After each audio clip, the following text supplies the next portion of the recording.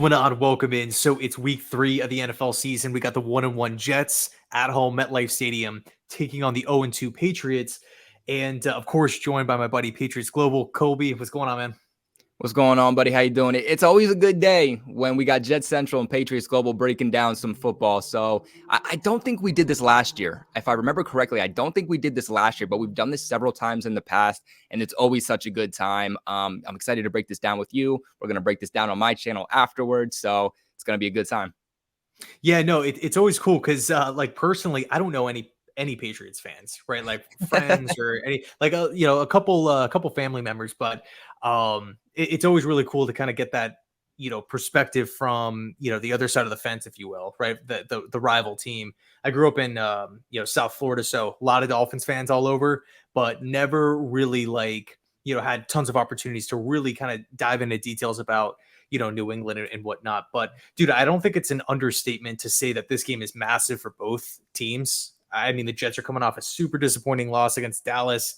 Obviously, New England is 0-2, two close losses, but still winless. What's kind of the mindset, if you will, amongst Patriots fans kind of going into this game? Is there like a certain level of panic? Where do you kind of stand on it? Yeah, the name of the game right now to start this season is unfortunately the name of the game that it was last year. And we know that the Patriots offense is in a much, much better position. They were ranked 32nd in the league in red zone last year. Right now in their red zone trips, they are top 5 in the NFL right now. So they're doing very good in that sense. Bill O'Brien has come in and been an absolute game changer. Mac Jones is top 10 in passing yards. He's top 10 in passing touchdowns. He is, has had the most completions and the most pass attempts in the NFL also. So I will say that. But the problem is that the Patriots are playing up against very tough teams. They have the hardest ranked schedule in the National Football League this year. The East in general has a very, very tough schedule, but the Patriots' strength of the schedule is considered the hardest in the NFL. And they arguably went up against their 2 hardest opponents all year. Arguably, right? In the Philadelphia Eagles week 1 and then week 2 against the Miami Dolphins. And both games, they came up just short. But the problem, Ian, is that the Patriots did the same thing last year. In my mind, immediately in both of these games goes back to, I want to say it was week 16. This was Christmas Eve. The New England Patriots play the Cincinnati Bengals, and they're knocking in the red zone, few yards away, and Ramondre fumbles in a game that the Patriots should have won. And that's the name of the game through 2 weeks. The Patriots shoot themselves in the foot. The first 2 weeks, 2 turnovers in each of those games. So 4 turnovers overall. And it was the same types of turnovers, right? We had a fumble in the Dolphins game. We had a fumble in the Eagles game. We had an interception in the Eagles game. We had an interception in the Dolphins game, all in key moments. It comes down late in the game where the Patriots are either in a position to win the game, like it was in the Eagles, or they're in a position to at least tie the game and send it into overtime, like this past week against the Miami Dolphins. And it comes up to 4th down. They're not able to convert. They're knocking 20, 30 yards away from the end zone to be able to either win the game or send it into overtime, and they come up short. So I think the Patriots are at a point where this team can be a legit team. This team can be a playoff caliber team. I'm not going to tell you that they're a Super Bowl contender because that's not true. That's nothing a Patriots fan should be saying to you right now. But I think this team can squeeze into the playoffs and be a good team, but that starts with finishing games and not shooting yourselves in the foot. So unfortunately, the Patriots come out of like the second half playing great football, but they're not able to overcome the deficiencies from shooting themselves in the foot earlier on to start the game. It sounds a little bit, like kind of the overall theme, just the critical mistakes, whether it's a penalty, whether it's a turnover, a bad call, whatever it is. That was what the Jets really experienced a lot of last season with like Mike LaFleur as the play caller and just the constant rotation at quarterback. Mike White, Zach Wilson, Joe Flacco early on. At one point we saw Chris Streveler, but no, I mean, when I think about the Patriots, you think about the good defense, you think about Belichick, veteran play caller, and Bill O'Brien. To me, I know Mac has the numbers. I know the Patriots are passing the football like crazy, but it definitely does seem like New England lacks explosion offensively. Like they don't have, I mean, one offense has Tyreek Hill, but to me, it just doesn't seem like the Patriots have like that go-to number one wide receiver, that player that they can just, fling the football out to, whether it's, a quick screen, whether it's sending them down the field. It just, I feel like with every time the New England Patriots score, they have to go on like a long methodical drive. They have to like break down the defense, good play calls. Mac is, executing, throwing accurate footballs. Guys aren't dropping passes. And it's like Kendrick Bourne here. It's Hunter Henry there. It's Mike Gesicki here. And it's just slow, methodical. Stevenson, Elliott, and until they find themselves in the red zone. And like you were saying, they have been a lot better in the red zone this season. But am I right? Am I crazy on that? Like, do you feel like the Patriots offense is not necessarily slow, but it lacks like pop? Yeah, it does. And, you look at a team like Miami Dolphins, right? They have nothing but explosive plays. They have nothing but pop because they have the fastest offense, arguably in not just the NFL, but arguably NFL history. Their receiving core, their running backs, the speed that they bring is completely unmatched and something that I've personally never seen in the NFL before. But you look at the Patriots and you say, they don't have speed. Their fastest receiver, Tyquan Thornton, has question marks surrounding what he is for this team. But right now he's on IR, so he can't even make the field right now. He can't be on the active game day roster until about week 5, and that's your biggest explosive player. That's your fastest player. Then you have Devontae Parker, who is probably your arguably most explosive player, but he's slow. The reason he's your most explosive player is because of his ability as a ball catcher, right? As Devontae Parker would say, it's not 50-50 when you target him, it's 80-20. And that's the reason that he is the splash plays for the majority that the Patriots get. And I think that's the problem, right? They're operating between Hunter Henry, Mike Gesicki, Devontae Parker, and these guys are not fast. Their fastest guy right now on the roster is rookie 6th-round pick Demario Douglas, a.k.a. Pop Douglas, who has looked very good, very explosive. But unfortunately, the question mark even in this game is going to be how productive is Pop Douglas going to be, because how many opportunities is Pop Douglas going to get, because he fumbled last week against the Dolphins. And we know that Bill Belichick, they will send a guy in the doghouse for a whole season, for the majority of the season, if you fumble, if you turn the ball over and you show that you're still a rookie. So that's something that as a Patriots fan is concerning, is that you don't have Tyquan coming back for a couple of weeks. Is Demario Douglas, the most explosive and fast player you have right now, going to be in the doghouse because of the fumble? And if that does happen, that makes the Patriots very one-dimensional, especially with their inabilities to run the ball right now, which has been very surprising through 2 weeks. They have to operate within that short to intermediate kind of passing route and that passing range, and they're running a lot of screens. And unfortunately, when you're running screens to Mike Gesicki, or you're going to run a screen to Devontae Parker, your slowest receiver, those screens really aren't going to do a whole lot for you. So something I will say we've seen from Mac Jones, who has adapted very well to not exactly having explosive players, is that he is giving the ball out to everybody. And that has helped this offense become not so one-dimensional. While we don't exactly have a running game, he is distributing the ball to absolutely everybody. There's not one specific guy that he's honing on to. From Kendrick Bourne to Mike Gesicki to Hunter Henry to Devontae Parker, even to Zeke Elliott and Ramondre Stevenson, he's giving the ball to everybody and finding ways to have this offense still produce despite the question marks that they have with the running back core, the offensive line, and even their explosive receivers. So, I mean, there was a point against the Philadelphia Eagles where the Patriots' first drive that scored in a touchdown offensively, they actually had 7 completions from Mac Jones, 7 attempts for 7 completions for 7 different receivers. So I think that's going to be the name of the game for the Patriots here, is until you get those explosive players back, until you establish a running game to be a multi-dimensional offense, you're going to have to distribute the ball in a multitude of different ways to different receivers in order to actually get that production still. And I think right now they're going to rely on like yards after the catch. But your biggest yards after the catch guy right now is Juju, right? And he's not really been implemented that much through 2 weeks.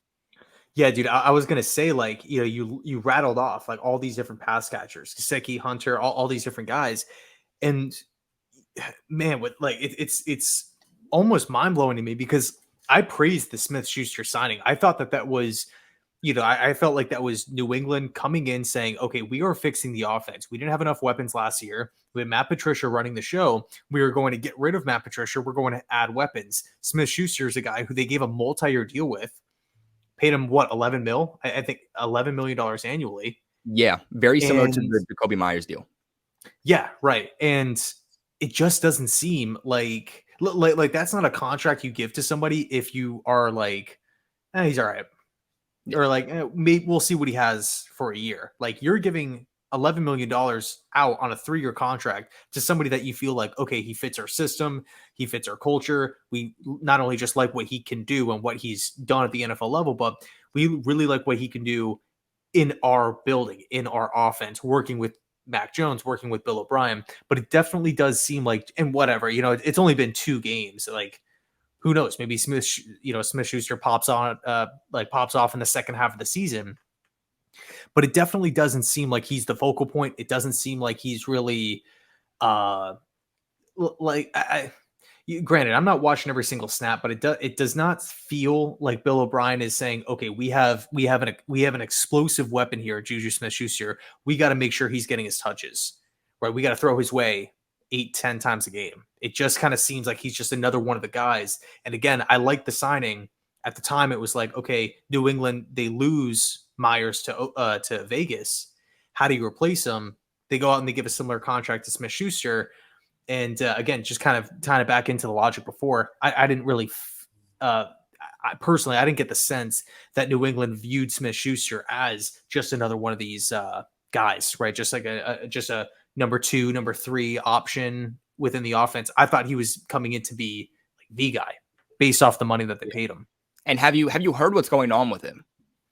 A little bit with the knee, but not the fine details with it.